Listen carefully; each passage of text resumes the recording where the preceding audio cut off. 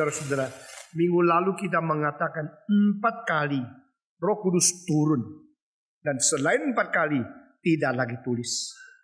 Seluruh kitab daripada para rasul hanya tulis 4 kali Roh Kudus turun. Dan Roh Kudus turun pertama kali dinubuatkan sebelumnya di pasal 1 ayat ke-5 dan 8 dari mulut Yesus ini. Nah, ini merupakan sesuatu ketepatan janji yang sudah dinubuatkan di seluruh perjanjian lama dan diingatkan oleh Yohanes Pembaptis lalu dikonfirmasikan oleh Yesus Kristus sendiri. Ini serius. Dunia dicipta oleh Tuhan dan manusia satu-satunya makhluk yang dicipta dengan sifat rohani dan rohani manusia. Kalau tidak terus dipimpin oleh Roh Allah sendiri akan menyeleweng. Banyak pendeta menyeleweng, banyak majelis menyeleweng. Mereka lebih ikut kesuasanaan yang kelihatan menarik dan yang menjadi majelis tidak belajar baik-baik firman Tuhan. Yang mana saja yang ramai, yang mana saja yang bisa bikin gereja kelihatan maju, dia ikut. Bagaimana kita mempertanggungjawabkan? Satu hari di hadapan Tuhan, engkau tidak menjaga dombaku dengan baik.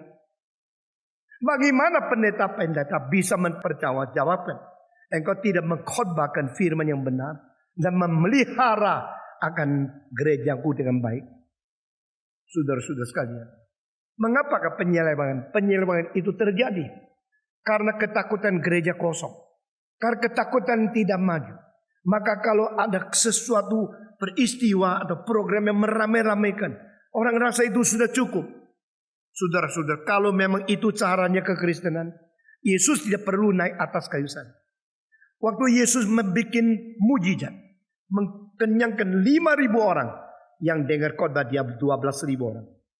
Waktu Yesus mengatakan dagingku boleh dimakan, darahku boleh diminum, sisa 12 orang. Yesus Kristus tidak berkompromi.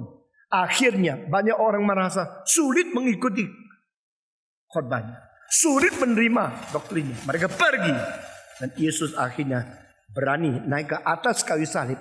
Dia tidak mau mengkompromikan kebenaran. Tidak bisa cari pasar. Market oriented. Itu orang dagang. Di mana orang beli barang saya, banyak uang bisa dapat, saya ke situ. Seumur hidup saya tidak pernah market oriented my ministry. Tidak menjadi audience pleaser. Tidak boleh menyenangkan pendengar. Tidak boleh untuk turunkan derajat. Asal laku. Karena ini bukan sikap yang seharusnya kita tunjukkan di hadapan Tuhan Allah. Kita harus bertanggung jawab. Gereja ini didirikan menjadi satu tiang yang harus melawan segala gempa yang menimpa kabar gereja. Gereja ini didirikan mengajar kebenaran yang boleh diuji beribu-ribu tahun karena berdasar dari firman Tuhan. Saudara-saudara sekalian, pertama kali yang dikatakan oleh Yesus, beberapa hari lagi Roh akan turun kepadamu. Nah, hari turunnya Roh Kudus, hari Pentakosta. Maka hari ini kita kalau bisa selesaikan pengertian dari 4 kali turun itu, kita dengan hati yang penuh sukacita berkata kepada Tuhan, saya sudah mengerti bagian firman. Saudara-saudara sekalian, setelah Yesus mengatakan tidak berapa hari lagi engkau akan menerima Roh Kudus, ini adalah membuktikan engkau akan dibaptiskan dengan Roh Kudus. Bukan dibaptiskan oleh Roh Kudus. Saudara perhatikan, Roh Kudus bukan yang membaptiskan, tetapi Yesuslah yang membaptiskan. Tetapi Yesus membaptiskan dengan memakai Roh Kudus. Maka dikatakan engkau akan dibaptis dengan Roh Kudus. Bukan engkau akan dibaptis oleh Roh Kudus. Roh Kudus tidak membaptiskan, Yesus yang membaptiskan. Dan makna baptisan yang paling utama adalah dibersihkan. Saudara-saudara, dibaptiskan dengan air memberikan ingatan kepada kita. Melalui air yang mencuci, kita memperoleh kebersihan. Dibersihkan oleh Roh Kudus berarti Roh Kudus yang mencuci kita, membersihkan kita, jadikan orang berdosa berubah menjadi orang suci. Jadikan orang berdosa statusnya menjadi kaum kudus. Gereja yang kudus dan am. Kudus dibersihkan. Am bergabung dengan seluruh bangsa menjadi tubuh Kristus. Inilah begitu serius. Begitu tidak main-main. Tapi banyak orang Kristen main-main. Baptisan Roh Kudus. Bagaimana tahu? Itu namanya baptisan Roh Kudus. Saudara-saudara gereja berapa banyak menyelewengkan kitab suci. Mereka tidak sadar. Mereka seperti mereka yang mengerti kitab suci. Dan gereja yang lain semua tidak tahu. Maka mereka memonopoli. Mereka memiliki kebaktian besar. Tapi yang dikhotbahkan tidak sesuai dengan kitab suci. Itu sebab engkau yang sudah mengikut paling sedikit 6 kali terakhir ini. Dengan tema baptisan Roh Kudus. Hari ini mungkin selesai. Mungkin tidak. Kita membaca dari pasal ke-19. Saudara masih ingat sebelum? Sekarang belum baca. Masih ingat pasal berapa yang kita baca minggu lalu? Pasal ke-10. Pasal ke-10. Siapa yang pergi? Pergi ke mana? Dan yang dengar itu siapa? Jawab. Siapa yang pergi? Petrus. Pergi ke mana? Kaisaria. Siapa yang dengar khotbah dia? Cornelius dan semua kawan, sahabat, sanak saudara, family yang diundang dengan penuh hati menghauskan firman Tuhan. Tuhan berkata kepada Simon Petrus, pergilah, ada orang datang kepadamu. Dan Tuhan memakai malaikat berkata kepada Cornelius, pergilah, undang Petrus datang. Di sini kita lihat Tuhan bekerja dua pihak. Tuhan menggerakkan Petrus ke rumah Cornelius. Petrus mau pergi tidak? Dia rela pergi tidak? Jawab, dia tidak rela. Karena apa? Itu orang kafir. Bukankah Allah mencintai orang Israel? Allah menurunkan Roh Kudus kepada orang Israel. Kenapa suruh saya pergi ke orang kafir? Dia tidak rela pergi. Tetapi akhirnya Tuhan mengatakan satu kalimat, yang ku kuduskan, jangan kau anggap tetap najis. Saudara-saudara, bukan Allah berubah, juga bukan Petrus berubah, tetapi Allah merubah manusia. Manusia yang taat harus ikut. Saudara-saudara, sekali lagi saya minta saudara perhatikan. Petrus mengatakan, aku tidak pernah makan semua binatang yang najis. Ini binatang haram, saya tidak boleh makan. Tuhan mengatakan potong, makan. Tidak Tuhan. Dia tidak, kenapa? Dia setia kepada Tuhan. Dia setia kepada Tuhan sejak kecil. Dan dia tidak mau makan karena setia. Dia terus mengikuti firman Tuhan. Loh, sekarang saya taat firman-Mu. Kok kamu sendiri yang berubah? Kenapa kamu bilang tidak boleh makan semua yang haram? Sekarang engkau mengatakan silakan makan. Loh, kenapa Allah berubah? Saya tanya sekali lagi. Allah berubah tidak? Susah jawab ya. Bilang tidak boleh, sekarang bilang boleh. Berubah kan? Sekarang saya tanya lagi. Allah kalau tidak berubah, kenapa Allah suruh makan? Kalau Petrus makan, berarti Petrus berubah tidak? Berubah kan? Petrus tidak mau. Karena ini firman. Sudah cantum di Alkitab. Saya tidak boleh rubah. Tetapi Allah yang rubah. Akhirnya Allah berkata kepada dia, yang kukuduskan, jangan kau tetap anggap najis. Berarti apa? Perubahan Allah yang bekerja di dalam dunia ini, engkau harus lihat. Banyak orang tidak mau berubah karena mereka kaku terhadap semua prinsip yang mereka pegang. Mereka terus mempertahankan konsep yang lama sehingga mereka tidak mau berubah. Tapi sebenarnya kita tidak perlu berubah. Setia kita kepada Tuhan. Dan kita jangan anggap Allah berubah. Karena dia memerintahkan sesuatu berlawan dengan Alkitab. Di dalam Alkitab mengatakan tidak boleh makan. Dan sekarang Tuhan Allah bilang boleh makan. Di sini bukan Allah berubah. Karena yang najis sudah dikuduskan. Kalau engkau tidak melihat tindakan Tuhan. Engkau tidak melihat apa yang sudah dikerjakan oleh Tuhan. Melalui kuasa perubahan. Engkau seumur hidup tidak mengerti kitab suci. Jangan kira gampang ya. Jangan kira mengerti kitab suci gampang. Justru karena terlalu banyak pendeta menganggap kitab suci gampang. Mereka kira sudah sekolah teologi lulus, sudah boleh jadi pendeta. Begitu banyak majelis-majelis undang pendeta, asal dia lulus sekolah teologi. Boleh. Kali ini ada seorang berkata kepada saya yang sedih sekali. Pendeta-pendeta berkhotbah dengan judulnya, dengan poin 1, 2 dia. Saya cari, baru temu. Semua curi dari Google. Semua ambil daripada internet. Jadi mereka tidak mempersiapkan khotbah. Mereka melihat tema ini susah dikhotbahkan. Ya cari gampang aja. Cari di buku ada. Cari di Google ada. Cari internet ada. Lalu mereka langsung mengcopy. Kalau demikian, yang dicari itu boleh dipercaya atau tidak. Yang dia copy itu aslinya betul atau tidak. Dia tidak membedakan. Jadi orang Kristen itu terlalu baik. Di mana katanya pendeta khotbah ikut. Dengar betul, dapat betul pokoknya pendeta.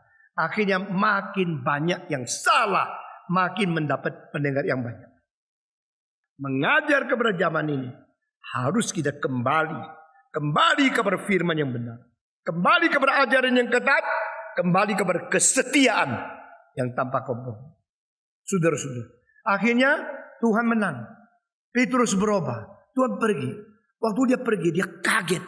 Begitu banyak orang sudah terkumpul. Dan mereka begitu antusias. Mereka begitu aus. Mereka begitu rendah hati. Sungguh-sungguh mau dengar firman Tuhan. Dan di situ konflik. Dia mengatakan, maafkan, saya orang Yahudi.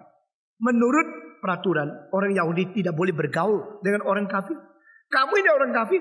Saya tidak boleh. Tetapi karena Tuhan berkata kepada saya, dia mengulangi peristiwa dari visi yang dia lihat. Maka saya datang kepada engkau. Lalu dia mengutarakan Kristus, kematian Kristus, salib Kristus, dan Injil Kristus. Saya mau tanya, semua dengar dan jawab baik-baik. Ini lain sama Samaria. Samaria sebelum Petrus datang, orang Samaria sudah mendengar Injil tidak? Sudah. Dengar Injil siapa? Tuhan Yesus. Melalui siapa? Filipus. Mereka mendengar Injil, percaya tidak? Percaya. Mereka dengar Injil, sudah dibaptiskan belum? Sudah. Dibaptiskan dalam nama Yesus. Dibaptiskan oleh siapa? Oleh Filipus. Tetapi Rasul mengatakan tidak cukup. Engkau sudah mendengar Injil. Engkau sudah percaya. Engkau dibaptiskan. Tapi belum menerima Roh Kudus. Tidak cukup. Ditumpang tangan. Lalu Roh Kudus turun. Nah, orang itulah kamu sudah Kristen. Sudah dibaptiskan. Sudah menerima Yesus. Sudah jadi orang Injili. Sudah percaya. Nah cukup. Maka orang tumpang tangan. Berdasarkan pasal 8. Sekarang saya mau counter. Kalau betul mereka pakai ayat itu boleh sembarangan tumpang tangan. Saya mau tanya. Kenapa pasal ke-8 ada tumpang tangan? Pasal 10 tidak ada. Sama-sama Roh Kudus turun kan? Di dalam Yerusalem Roh Kudus turun. Tidak ada yang tumpang tangan atas orang lain. Petrus tumpang kepada Andreas. Andreas tumpang kepada Bartolomeo. Bartolomeo puntang kepada Thomas. Ada tidak? Tidak ada. Mereka pernah dibaptiskan tidak? Tidak pernah. Mereka sudah percaya Yesus. Bukan saya percaya. Sudah dipanggil menjadi murid Yesus 3,5 tahun kan? Nah di sini kasus pasal 2 sama kasus pasal 8 sama sekali lain. Kasus pasal 2 ada suara yang keras seperti angin yang kencang tiup di atas Yerusalem. Lalu ada lidah-lidah yang turun seperti api ke atas kepala masing-masing. Lalu mereka berbicara kalimat-kalimat bahasa asing untuk menjelaskan Injil kepada orang yang tidak mengerti bahasa Yahudi. Sehingga hari itu pertama kali gereja jadi. Pertama hari gereja menjadi gereja. Menjadi tubuh Kristus. Berisyarat pertama. Tidak lagi Injil dimonopoli oleh orang Israel. Bahasa bukan hanya satu bangsa. Tapi seluruh dunia mengerti firman Tuhan. Dan adanya karunia lidah adalah supaya orang tidak ngerti. Adanya karunia dia menjadi ngerti. Sekarang karunia lidah yang dikatakan oleh orang-orang adalah yang sudah mengerti. Dikatakan mereka jadi semua tidak ngerti. Apakah itu Alkitab? Bukan. Itu ajaran yang tidak benar. Pasal 8 mereka sudah Injili, sudah percaya, sudah baptiskan. Lain sama pasal 2. Lalu ditumpang tangan. Kalau memakai satu kasus pasal 8 untuk mentumpang tangan kepada orang Kristen seperti itu, ini sama sekali tidak beres. Nah saudara-saudara, kali ketiga di rumah Kornelius, saya tanya, semua jawab ya. Yang datang di rumah Kornelius, mereka Kristen bukan? Jawab. Jawab keras sedikit. Bukan. Kornelius sendiri Kristen bukan? Bukan. Dia orang Yunani. Dia orang ibadat. Masih ingat saya katakan orang ibadat adalah orang Yunani yang tidak puas kepada mitologi mereka. Tidak puas kepada agama mereka. Lalu mereka akhirnya melihat ada satu bangsa nama Yahudi. Percaya kepada Allah satu-satunya. Mereka rindu, mau tahu. Nah orang-orang yang tidak lagi percaya kepada dewa-dewa mereka asalnya. Kembali kepada Tuhan Allah yang hanya satunya. Karena itu adalah pekerjaan Tuhan yang memilih orang-orang. Sekarang saya mau tanya. Kenapakah orang-orang Yunani tidak puas kepada dewa-dewa mereka? Karena dewa mereka mempunyai moral yang sangat rendah. Merebut istri orang lain. Berzina. Dewa apa itu? Maka mereka yang serius. Mereka bilang saya mau percaya Allah yang sungguh. Mereka percaya kepada Allah. Lalu mereka berbuat baik. Orang ini belum Kristen. Saya tanya lagi. Adakah orang belum Kristen berbuat lebih baik dari orang sudah Kristen? Jawab. Banyak nak? Tidak tahu berapa banyak. Pokoknya ada. Nah orang seperti itu, saya mau tanya, apakah Tuhan terima dia? Tuhan berkenan tidak? Tidak bisa jawab. Hah? Sekali lagi coba jawab ya. Kalau salah belum tentu masuk neraka. Orang yang tidak Kristen, tapi dia takut kepada Allah, melakukan kebajikan, menolong orang miskin. Orang itu diperkenan Tuhan Allah atau tidak? Jawab dong. Jawab. Aduh, besok lu masuk surga dipukul pantatnya, saya tidak tahu. Lu kira enak-enak jadi orang Kristen. Sekali lagi, orang yang belum Kristen tetapi takut kepada Tuhan Allah dan melakukan kebajikan, menolong orang miskin, orang ini diperkenan oleh Tuhan Allah atau tidak? Diperkenan. Nah, dari mana tahu? Dari kalimat Petrus. Waktu dia lihat orang kafir yang tadinya tidak boleh bergaul dengan mereka, tapi begitu baik. Dia mengatakan, saya sekarang tahu segala bangsa, orang yang berbuat baik dan orang yang takut kepada Tuhan diterima oleh Tuhan. Saya tanya lagi, diterima oleh Tuhan karena perbuatannya baik, karena takut kepada Allah, berarti dia akan diselamatkan karena perbuatan baik. Betul enggak? Tidak. Delighted but not saved. Orang kafir yang berbuat baik itu diperkenan oleh Tuhan. Tuhan suka. Tuhan terima perbuatan baik dia. Tapi tidak berarti dia bisa diselamatkan. Kalau orang berbuat baik bisa diselamatkan, Yesus tidak usah diutus ke dalam dunia. Lalu saya mau tanya, perbedaan apa orang berbuat baik dan diterima oleh Tuhan dan orang yang akhirnya menerima Tuhan dan percaya kepada Yesus dan diselamatkan? Bedanya apa? Bedanya ini perlu mengenal Injil. Kalau tidak sayang sekali. Orang yang begitu baik tidak mengenal Tuhan sayang sekali. Maka perlu mengabar Injil kepada mereka. Perlu beritahu kepada mereka bahwa Kristus sudah mati bagi mereka dan mereka harus diinjili. Itulah sebab Petrus ke situ.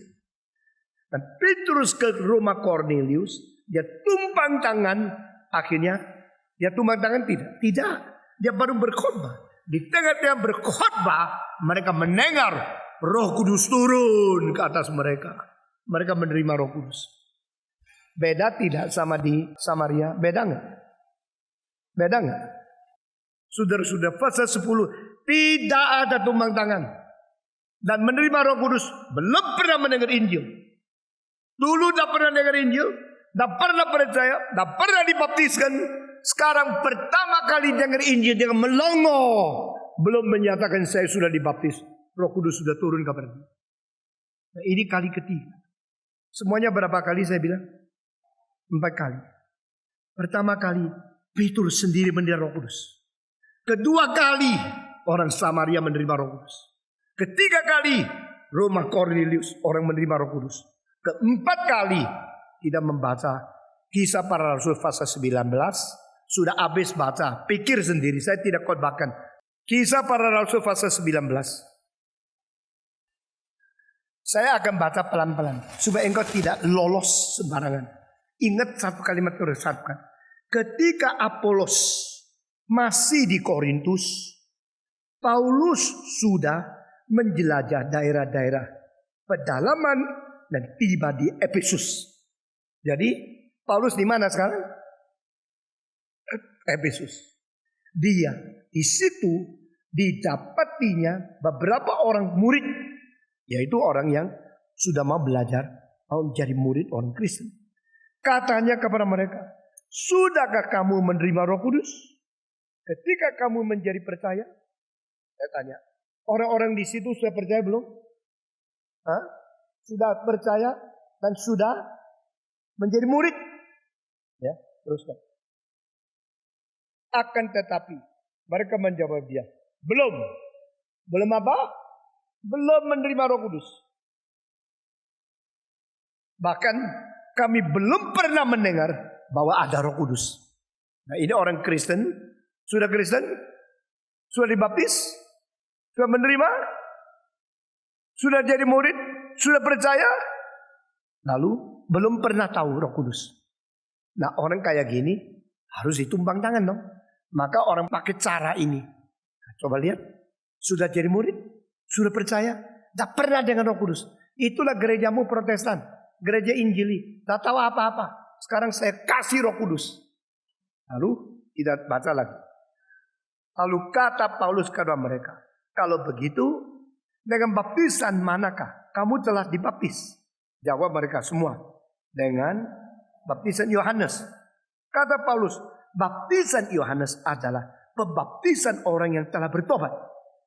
Dan ia berkata kepada orang banyak bahwa mereka harus percaya kepada Dia yang datang kemudian padanya, yaitu siapa? Yesus. Mereka percaya kepada siapa? Mereka percaya dan menjadi murid Yohanes. Mereka percaya karena dengar khotbah daripada tentang Yohanes dari Apolos. Tapi mereka belum pernah mendengar tentang Roh Kudus. Sekarang 5 semua membaca. Ketika mereka mendengar hal itu, mereka memberi diri mereka dibaptis dalam nama Tuhan Yesus. Jadi dibaptis sebelum? Dibaptis ya. Dan ketika Paulus mentumpang tangan di atas mereka, turunlah Roh Kudus ke atas mereka. Dan mulailah mereka berkata-kata dalam bahasa roh dan bernubuat. Jumlah mereka adalah kira-kira 12 orang. Sudah sampai di sini. Ini adalah terakhir kali Kisah Para Rasul mencatat Roh Kudus turun di dunia ini. Jadi semuanya berapa kali? 4. Pertama di mana? Yerusalem. Waktu Paulus sampai di Efesus, melihat ada 12 orang. Engkau orang apa? Yahudi? Tidak. Kami sudah mendengar Injil dan kami menerima baptisan. Loh, kamu menerima baptisan apa? Baptisan Yohanes Pembaptis. Apa itu? Yaitu Yohanes Pembaptis mengatakan, bertobatlah kamu. Kami mau bertobat.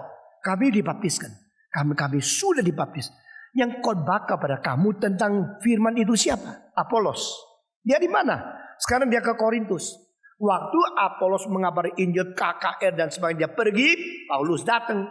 Saya mau tanya, Apolos rasul bukan? Nah, saudara sudah bisa menjawab dengan baik ya. Filipus rasul bukan? Bukan. Jadi Filipus bukan rasul, maka gereja yang didirikan di Samaria itu tidak sah. Demikian Apolos bukan rasul, maka gereja yang didirikan di Efesus juga tidak sah. Kenapa? Kenapa? Sekarang kita baca Efesus pasal 2 ayat 20. Semua membaca. Efesus pasal kedua ayat ke-20. Saya membaca satu kali, semua membaca satu kali. Yang dibangun di atas dasar para rasul dan para nabi, dengan Kristus Yesus sebagai batu penjuru. Semua. 1, 2, 3. Yang dibangun di atas dasar para rasul dan para nabi, dengan Kristus Yesus sebagai batu penjuru. Jadi gereja dibangun di atas apa? Fondasi apa? Para rasul dan para nabi. Dengar ya.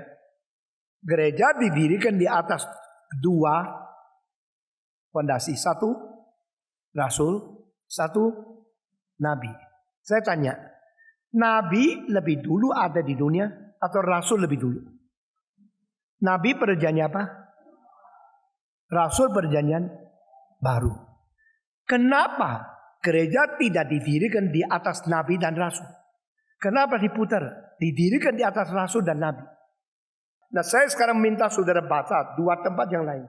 Dan tiga tempat yang paling penting mengenai dua jabatan ini muncul bersama. Yaitu tiga ayat yang saya akan baca. Sekarang tempat kedua. Efesus pasal 4. Efesus pasal keempat.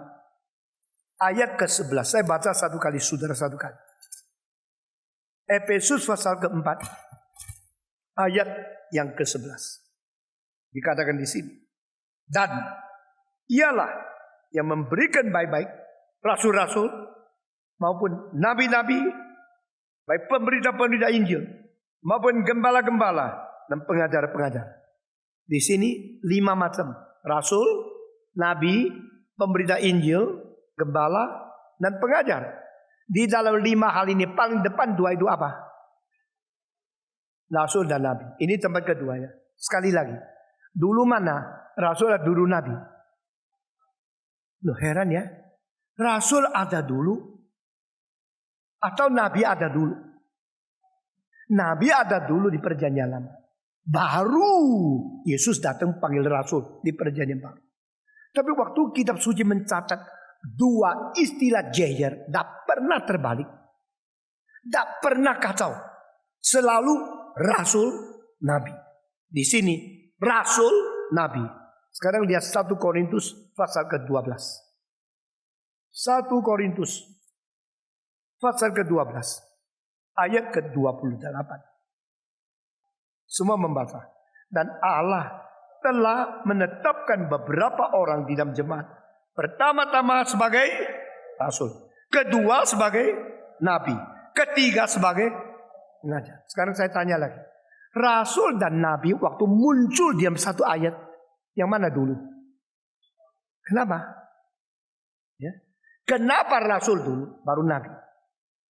Rasul dan nabi berarti perjanjian baru dan perjanjian lama. Gereja didirikan atas dua fondasi. Apa itu? Rasul, nabi berarti perjanjian baru dan perjanjian lama. Maksudnya apa? Tidak ada gereja boleh disebut gereja kalau tidak beriman kepada firman Tuhan. Amin. Bukan dongeng, bukan kesaksian. Gereja yang tidak berkhotbah baik-baik. Saksi, aku kemarin mimpi. Itu lalu, oh haleluya, itu gereja. Kalau tidak didirikan di atas iman kepercayaan kepada kitab suci, itu bukan gereja. Nah, sekarang saya tanya. Perjanjian lama dan perjanjian baru membentuk kitab suci, betul nggak? Gereja didirikan atas kitab suci. Jadi gereja harus percaya kepada wahyu Tuhan di dalam perjanjian lama, perjanjian baru. Betul tidak? Kenapa di sini 3 kali ya? Efesus 2:19, Efesus 4:11, dan 1 Korintus 12:18. Engkau sudah baca sendiri kan? 3 kalinya tidak boleh berubah, tidak boleh urutan salah. Harus apa dulu? Rasul, baru nabi. Kenapa? Mau jawabannya? Kunci mengenal perjanjian lama harus melalui perjanjian baru.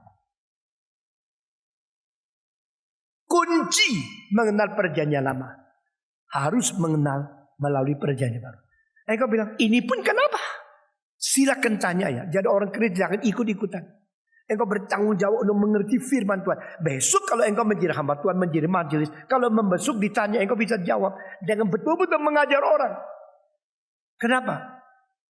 Karena perjanjian lama hanya bayang-bayangnya perjanjian baru. Engkau belum lihat saya datang, melihat bayang-bayang lewat pintu. Oh, ini siapa ya? Modelnya kok seperti lagaknya Stephen Tong. Lalu engkau keluar, lihat. Benar-benar orang yang lewat itu. Bayang-bayangnya seperti Stephen Tong. Waktu lihat betul orang-orang Stephen Tong. Saya tak tanya, lebih penting bayang-bayang atau lebih orang asli? Ngerti ya? Engkau lihat, minta foto dari pacarmu. Foto dikirim, aduh engkau sayangnya, sabar dari cium foto. Itu cuma kertas, kalau cium-cium apa.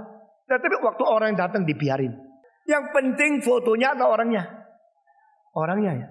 Perjanjian lama itu bayang-bayang. Perjanjian lama memberikan nubuat tentang Yesus akan datang. Waktu Yesus datang, lebih penting Yesus atau lebih penting perjanjian lama? Jawab. Kenapa orang Yahudi dibuang? Karena mereka terus pegang perjanjian lama yang menunggu Yesus datang. Begitu Yesus datang, dipaku di atas kayu salib. Tuhan bilang, saya bernubuat kepada kamu tentang kedatangan dia. Begitu datang engkau membuang dia. Kenapa orang Israel membuang Yesus? Karena tidak lihat Yesus mulia. Ini orang biasa. Mana ini anak Allah? Anak Allah kok pakai caki. Anak Allah kok lahirnya di kandang binatang. Anak Allah kok berjalan-jalan seperti orang biasa. Anak Allah kok tidak memimpin kita perang. Tidak bikin Israel menang. Kita masih berada sebagai jajahan daripada orang Romawi. I do not believe you are Christ. I do not believe you are the Son of God. I do not believe you are Messiah. Ini yang dilahirkan oleh seorang ibu yang tidak nikah. Anak harap. Ini yang berteriak-teriak seperti Yohanes Pembaptis di padang belantara. Orang gila. Ini orang yang hari Sabat menyembuhkan orang sakit. Dirasuk setan. Mereka melihat cara luar. Melihat cara lahirnya. Dan tidak melihat fakta sesungguhnya dan realita dia anak Allah. Maka mereka membenci dia. Kecuali seorang namanya Nikodemus. Mengaku. Kalau tidak ada Allah menyertai engkau. Tidak ada orang bisa melakukan mujizat seperti engkau. Lalu Yesus mengatakan, terima kasih ya. Begitu banyak orang Farisi senang sama saya. Engkau begitu respect. Thank you very much. Silakan duduk. Yesus bilang, sesungguh-sungguhnya aku berkata kepada engkau. Kalau engkau tidak diperanakan pula, engkau tidak akan masuk ke dalam kerajaan Allah. Yesus begitu keras khotbah. Yesus begitu sungguh-sungguh mau orang Kristen mengenal dia. Dan orang Yahudi menerima bayang-bayang. Tidak mau menerima akan aslinya. Kalau orang memberikan satu omega yang bagus kepada engkau. Kotanya lebih bagus. Engkau simpan kota omega yang buang. Betul. Nah itu orang Yahudi. Mereka mau Taurat tidak mau Yesus. Mereka mau bungkusan tidak mau isinya. Mereka mau bayang-bayang tidak mau realitanya. Akhirnya Yesus dipaku di kayu salib. Maka perjanjian lama dimengerti. Semua mengerti salah. Kecuali mengerti melalui perjanjian baru. Baru engkau baca perjanjian baru. Oh gini. Kalau begini. Lihat lagi kembali ke perjanjian baru. Oh gua baru tahu. Di dalam Yesaya pasal 53. Sudah dinubuatkan. Yang dikatakan oleh Tuhan Allah kepada Adam dan Hawa. Bahwa ular akan berperang dengan benih perempuan. Benih perempuan. Siapa itu? Yaitu Yesus yang dilahirkan oleh anak darah mana. Yesus yang dilahirkan bawa perempuan. Ini benih perempuan. Maka orang tidak melalui perjanjian baru tidak mungkin mengecah perjanjian lama. Itu sebab perjanjian baru ditulis oleh nabi atau rasul. Maka rasul harus utama. Ngerti? Sayang ya kalau engkau sudah menjadi orang Kristen berpuluh-puluh tahun. Prinsip-prinsip ini tidak tahu. Engkau tetap melayani Tuhan yang sudah Kristen. Saya lihat banyak orang Kristen kasihan sekali. Banyak majelis kasihan sekali. Seumur hidup ke gereja nyanyi, nonjolkan diri sebagai majelis. Tapi tidak ngerti. Akhirnya ditipu gampang. Pokoknya ada acara baru ikut. Tetapi firman Tuhan yang ketat. Yang dari kekal sampai kekal tidak berubah. Engkau tidak ngerti. Saya sekali lagi katakan. Saya dirikan gereja. Mau gereja bersungguh-sungguh. Setia kepada Tuhan. Saya dirikan sekolah teologi. Mau murid saya betul-betul mengerti. Kalau tidak jangan jadi murid saya. Saya tidak ingin gereja yang besar orang banyak tapi semua tidak ngerti apa-apa. Lalu menipu diri saya sudah lama jadi orang Kristen. Karena gereja didiri di atasnya apa? Rasul dan Nabi. Di dalam fondasi Rasul dan Nabi ada satu hal yang mengikat dua ini. Siapa? Kristus sebagai batu penjuru. You tahu batu penjuru itu apa? Tembok dari sini dan tembok dari sini ketemu. Itu bisa lepas. Tetapi ada satu batu yang mengikat tembok dari sini dan dari situ. Di paling dasar. Itu namanya batu penjuru. Batu penjuru yang mengikat kedua. Dan sehingga tidak bisa rombak. Tidak bisa sembarang jatuh. Itu namanya batu penjuru. Siapa itu? Yesus. Christ as the cornerstone. To combine the Old Testament and the New Testament. Both are witnessing the salvation, redemption, atonement only accomplished by Jesus Christ, the Son of God. Yesus Kristus sebagai batu penjuru yang menggenapi rencana Allah yang tercantum di dalam perjanjian lama sebagai nubuat, tercantum di dalam perjanjian baru sebagai penggenapan penjelasan. Dia adalah batu penjuru itu. Itu sebab kenapa Samaria sudah ada orang begitu hebat mengabari Injil, ribuan orang bertobat, KKR-nya selalu sukses. Yerusalem tidak cukup, harus utus Petrus ke situ. Karena apa? Karena Filipus bukan rasul, ngerti? Karena Filipus bukan rasul, gereja yang didirikan oleh dia tidak sah. Harus rasul yang pergi. Lalu Petrus pergi, tumpang tangan untuk menerima Roh Kudus. Nah, sah. Gereja itu didirikan di atas rasul dan nabi. Nabi sudah tidak ada, nabi sudah mati semua kan. Tapi melalui rasul mengenal nabi, melalui perjanjian baru mengerti akan perjanjian lama. Gereja ini sah dan mereka menerima Kristus. Oke, sudah jelas pasal 8. Pasal 19, Apolos bukan apa?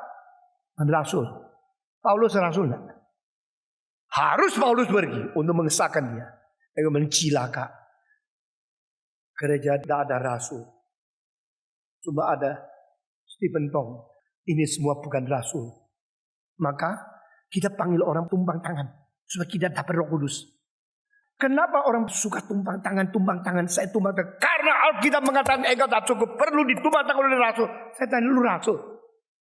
Lu betul rasul? Hak apa yang kau tumpang tangan? Teori mereka, tumpang tangan itu baru boleh menerus dapatkan kuasa baru. Kenapa? Karena kuasa-kuasa kalau tidak dikeluarkan, seperti aki yang terus diisi tidak pakai, itu bisa meledak. Sehingga perlu itu electricity itu ngalir.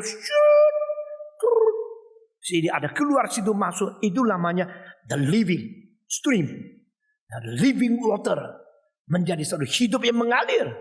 Tetapi kalau ini tidak keluar, yang baru tidak masuk, itu namanya laut mati. Sedangkan banyak gereja tidak tahu. Oh ya, ditumpang tangan. Ditumpang tangan ini. Ada seorang tumpang tangan atas tangan saya. Saya biarin. Dan dia setelah dengan laporan saya tentang ketidakberesan. Dia sesuai itu dia kira dia tumpang tangan saya akan jatuh ke belakang. Lalu dia aduh lu tahu ya ada Roh Kudus. Saya biarin tumpang. Setelah saya amin, saya lihat dia. Dia sendiri heran, kok dah jatuh ya? Kenapa dah jatuh? Dalamnya ada beton, mana bisa jatuh? Sudah cukup kuat, mana bisa jatuh? Dia sampai sungkan sekali. Di Bandung ada seorang, dia orang yang pintar sekali. Umur 26 dapat gelar doktor. Dari Upstate New York Syracuse University. Saya kenal pribadi. Tapi orang ini karena terlalu baik dan ingin mendapatkan kemajuan. Belajar ini, belajar itu. Saya lihat dia 6 tahun beda 3 tren. Tahun 70. Dia tumpang tangan ke atas istrinya. Minta Tuhan kasih Roh Kudus kepada istri. Supaya bisa sehati sama dia. Padahal dia robah 3 kali dalam 6 tahun. Waktu dia tumpang tangan oleh istrinya. Dalam nama Yesus. Mau dia dapat Roh Kudus. Istrinya tangkis. Dalam nama Yesus pergilah engkau. Saudara-saudara. Orang-orang main-main. Dia kira dia rasul. Padahal tidak. Dia kira dia Alkitab. Padahal tidak. Alkitab pasal 8 memang rasul tumpang tangan. Dan orang-orang itu sudah dibaptis, sudah percaya. Tapi belum dapat Roh Kudus. Kenapa belum dapat Roh Kudus? Nanti saya tanya lagi ya. Pasal 10, tidak ada Roh Kudus. Bahkan tidak ada Injil. Tidak pernah mendengar Kristus. Lalu Petrus pergi ke situ. Tidak tumpang tangan. hanya berkhotbah, mereka dapat Roh Kudus. Sehingga mau dapat Roh Kudus harus tumpang tangan? Tidak. Setelah baptiskan masih perlu tumpang tangan dapat Roh Kudus? Tidak. Dari pasal 2 kasusnya lain. Pasal 8 kasusnya lain. Pasal 10 kasusnya lain. Pasal 19 kasusnya lain. Kalau engkau mempelajari baik-baik 4 tempat, jangan cuma 1 tempat, engkau tidak gampang ditipu. Tapi terlalu banyak gereja tidak ngerti. Pokoknya ada yang baru. Oh, apalagi angkat engkau menjadi pengurus. Engkau rasa kepake. Saya tadi pagi mengatakan, di gereja reform banyak orang pintar tidak dipakai. Karena kita bukan untuk membagi kursi. Kita bukan tempat untuk menonjolkan diri. Di sini tidak ada bos. Pendetamu juga bukan bos. Pendetamu kerja lebih berat dari pendeta yang lain. Lebih berat daripada pelayanmu. Sehingga aku berani menjadi pemimpinmu. Lalu kita sama-sama menjunjung Kristus sebagai bos. Amin. Kita sama-sama mengerti firman Tuhan dengan ketat dan taat. Amin. Tidak ada aku menjadi bosmu, tidak. Lalu kita taat firman Tuhan. Jangan sembarangan mengikuti orang lain. Banyak orang di gereja sudah jenuh, sudah bosan. Lalu pergi ke tempat lain diangkat menjadi pengurus, menjadi penting. Langsung keluar uang, langsung melayani di situ. Seperti di situ rumahnya. Sense of belonging comes to you simply because you have power, have the opportunity to show off yourself. Gereja bukan tempat entertainment. Gereja bukan tempat show off. Gereja bukan tempat demonstrate your gifts. Gereja bukan tempat untuk menjadi engkau pamerkan sifat bosmu. Gereja adalah tempat semua orang berbakti, berlutut, taat kepada Tuhan, junjung tinggi kemuliaan Kristus, dan baik-baik mengikuti firman. 4 kali Roh Kudus turun. Kali keempat turun di Efesus dan tidak ada Petrus. Saya tanya, fase 2 ada Petrus enggak? Jawab. Fase 8 ada Petrus enggak? Fase 10 ada Petrus enggak? Fase 19? Kenapa ya? Engkau enggak pernah ya diajak pikir sampai mendalam begini kan? Dulu cuma baca-baca puji Tuhan, amin. Sudah baca berapa kali? Ini kali mengajak engkau masuk telusuri sampai ke sumsumnya. Saya tanya, kenapa pasal 19 itu untuk orang kafir? Tidak pakai Paulus, pakai Petrus. Jangan lihat saya, jawab. Mengapa Roh Kudus turun kepada orang kafir? Pertama kali di siapa? Di atasnya Cornelius. Waktu itu kenapa tidak pakai Paulus, pakai Petrus? Bukankah Paulus itu rasul kafir? Ngerti? Di pasal 9. Aku mengutus engkau pergi untuk orang kafir. Aku mengutus engkau menjadi rasul kafir. Kalau Paulus sudah diangkat oleh Tuhan Yesus menjadi rasul kafir, kenapa Tuhan tidak pakai dia untuk memulai turunnya Roh Kudus kepada orang kafir? Siapa berani jawab? Kalau Paulus yang pergi ke rumah Cornelius, berarti Petrus khusus hanya di Yudea, Samaria. Paulus yang pergi ke tempat orang Yunani, orang kafir.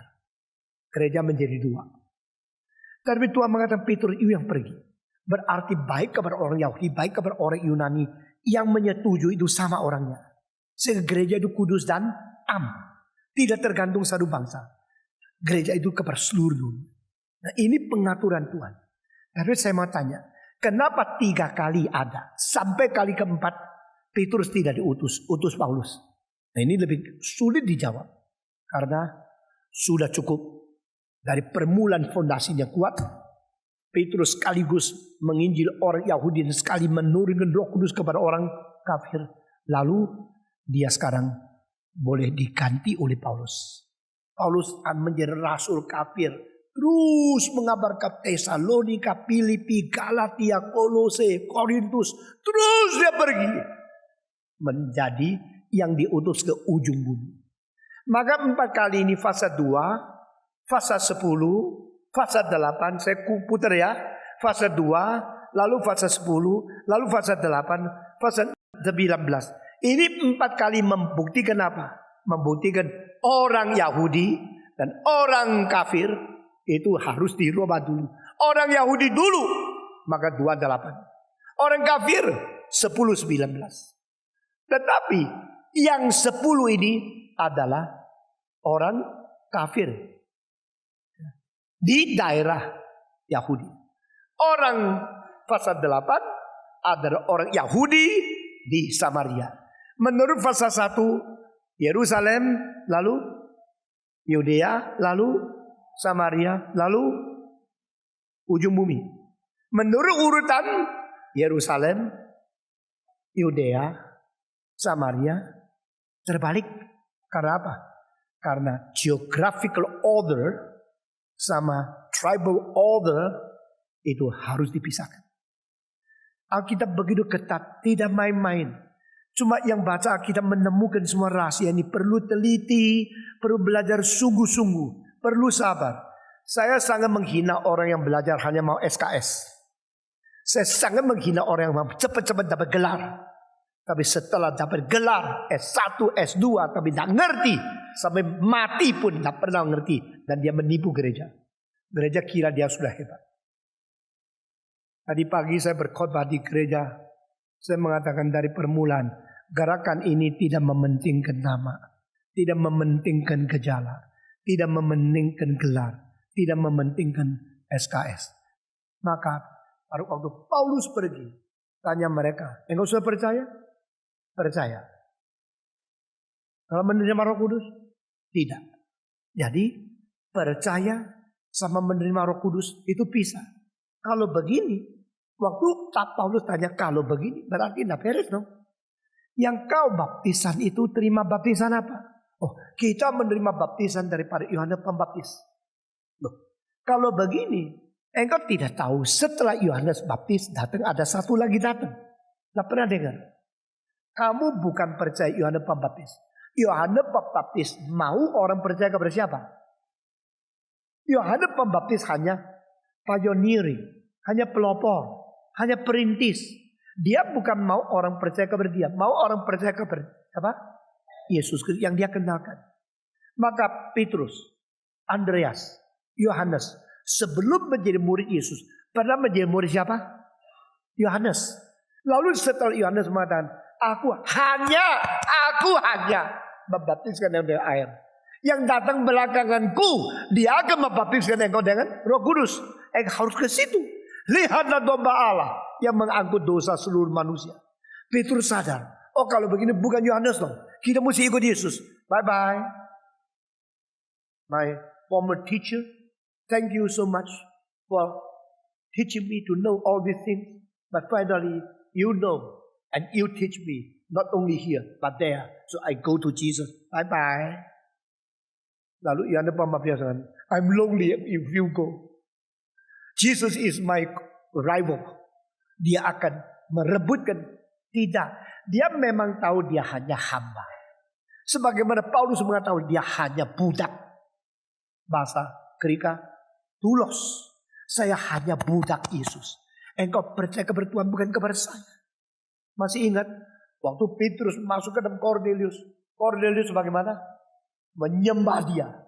Lalu Petrus bilang 2 kali, 3 kali, banyak. Begitu. Let all the angels of God worship him. Let all the people worship me. Begitu. Tidak. Dia mengatakan apa? Bangunlah. Aku juga hanya manusia. Itu hamba Tuhan yang baik. Mereka tumbang tangan mau apa? Dia kira dia rasul. Ini semua salah. Mereka bukan rasul. Mereka bukan nabi. Nabi dan rasul sudah tidak ada.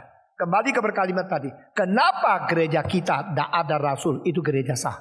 Karena kita percaya kepada perjanjian baru dan perjanjian lama. Rasul dan nabi. Kita didirikan di atas rasul dan nabi. Sebagaimana Kristus sebagai batu penjuru. Karena gereja kalau sudah berdiri atas kitab suci, gereja itu sah. Nah kenapa waktu itu mereka tidak percaya kitab suci saja, tidak usah ditumbang tangan? Tidak bisa. Waktu itu kitab suci belum selesai ditulis. Sehingga waktu itu tidak ada kitab suci. Lalu mereka ada perjanjian lama? Ada. Tapi perjanjian lama tak bisa dimengerti secara tersendiri.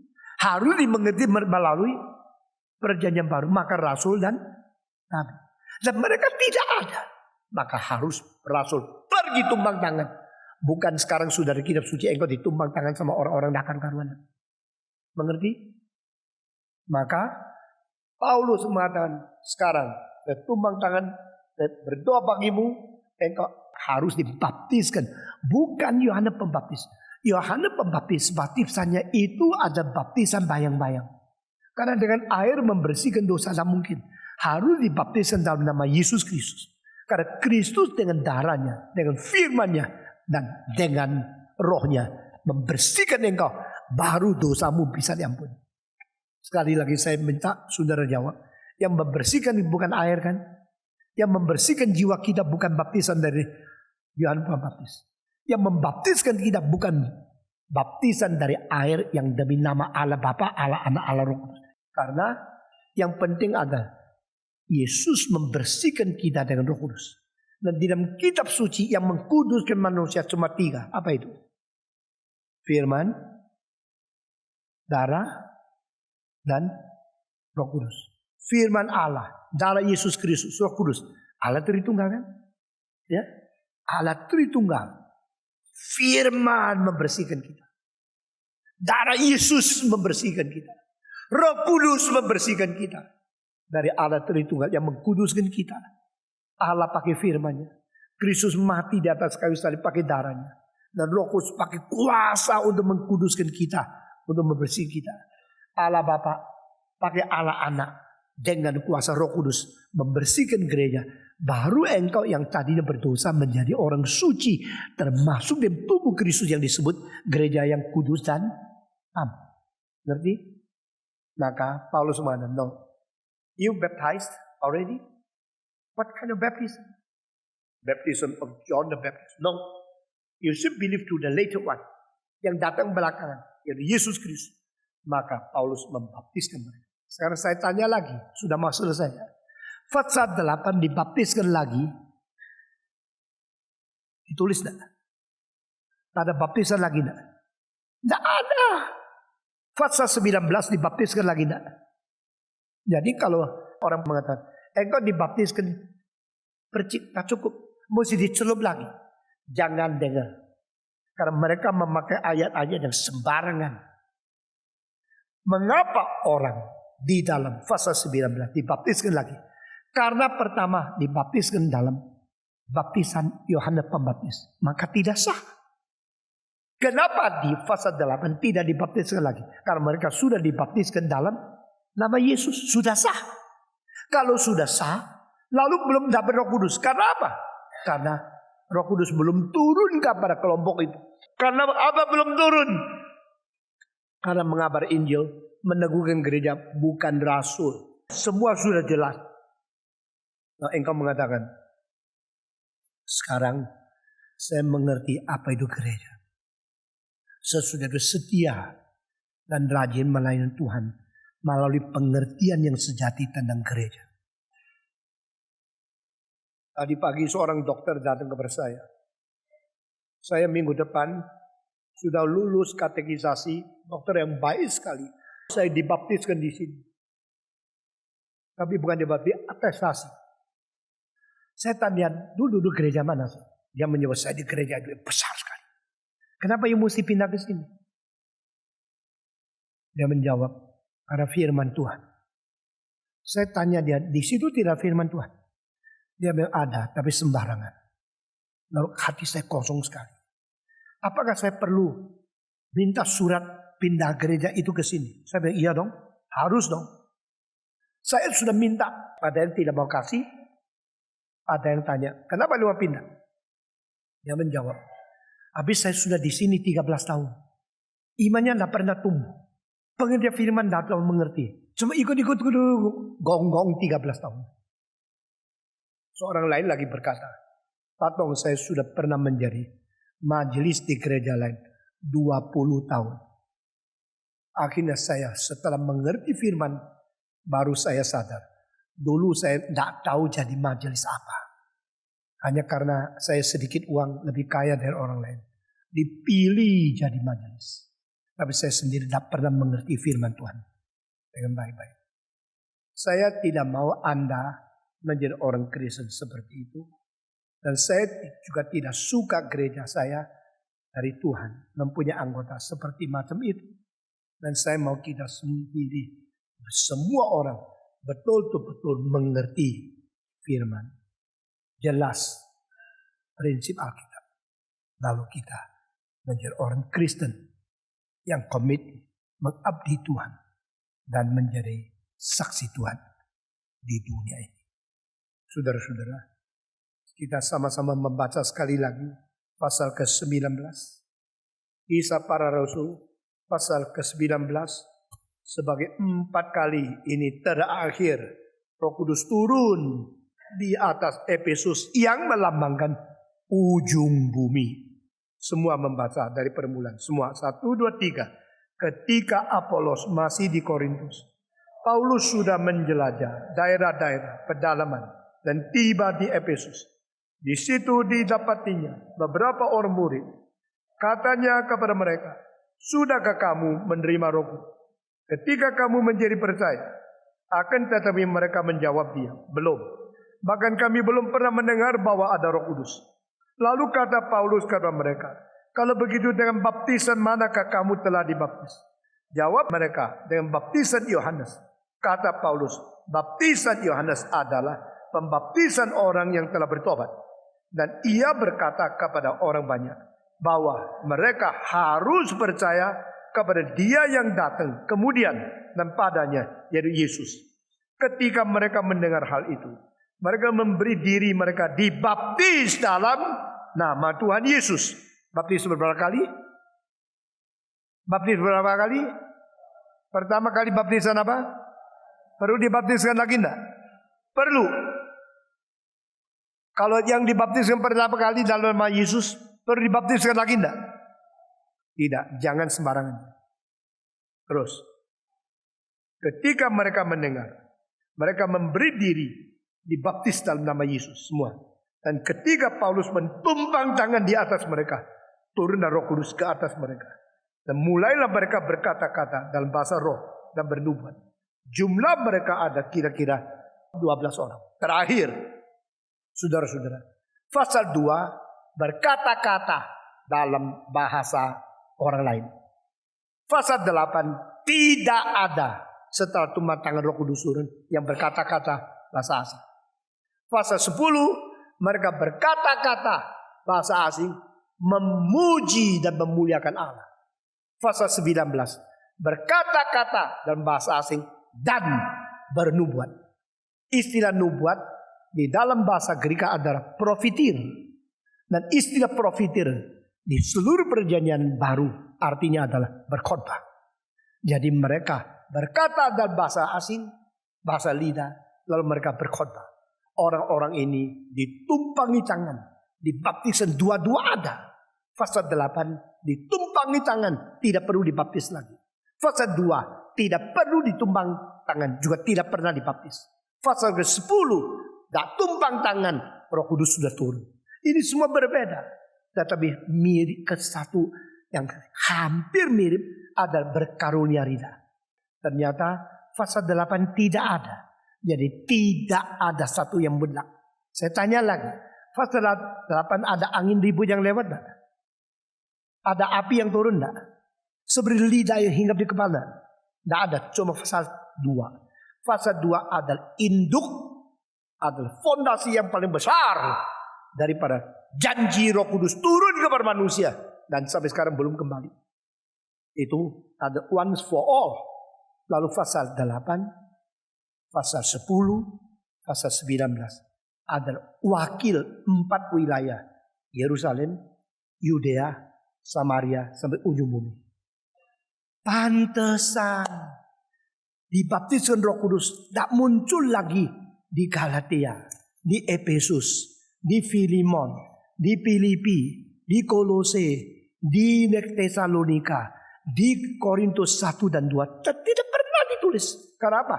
Itu 4 kali sudah mewakili penginjilan seluruh dunia. Jadi never repeat again. Dan kali pertama fase 2, kali terakhir fase 19. Tengahnya berapa tahun? Siapa tahu? 28 tahun. 28 tahun, 4 kali. Kenapa 4 kali? Karena Yesus berkata, from Jerusalem to Judea, to Samaria, and to the utmost part of the world. Hanya 4 tahap.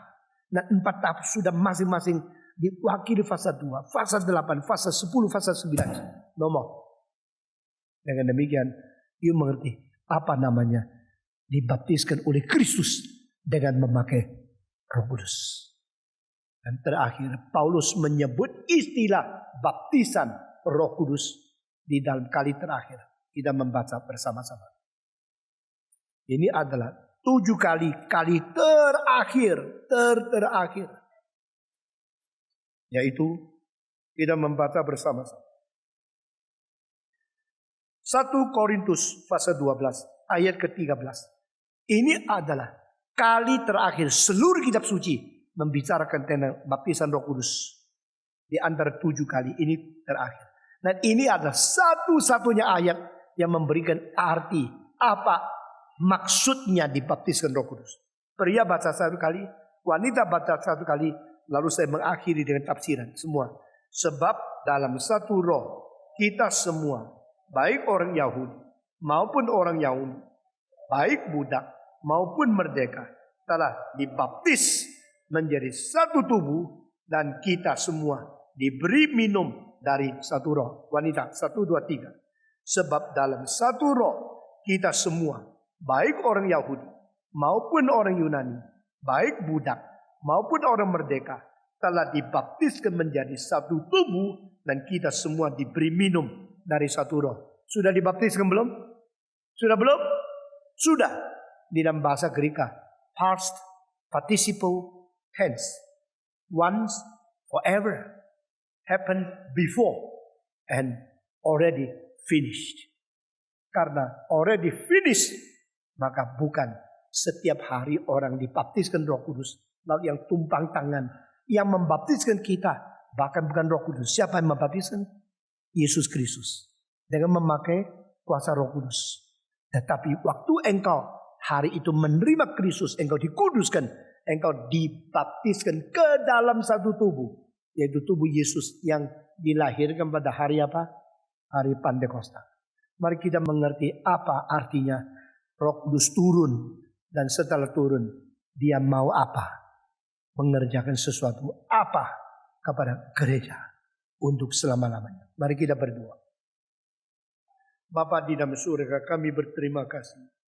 Dengan demikian teliti dan dengan demikian tuntas, Engkau mau kami mengerti firman. Engkau mau kami tidak sembarangan. Kami mau taat kepada segala perintah-Mu dan berjalan di dalam kehendak-Mu. Berilah kekuatan kepada kami, sehingga kami tidak tergoncang oleh siapapun yang sembarangan. Tapi kami mau taat kepada firman. Kami mau menyelidiki sampai tuntas. Kami mau menjadi orang yang berjalan di dalam petunjuk dan di dalam pedoman Roh-Mu yang kudus. Dengar doa kami Tuhan.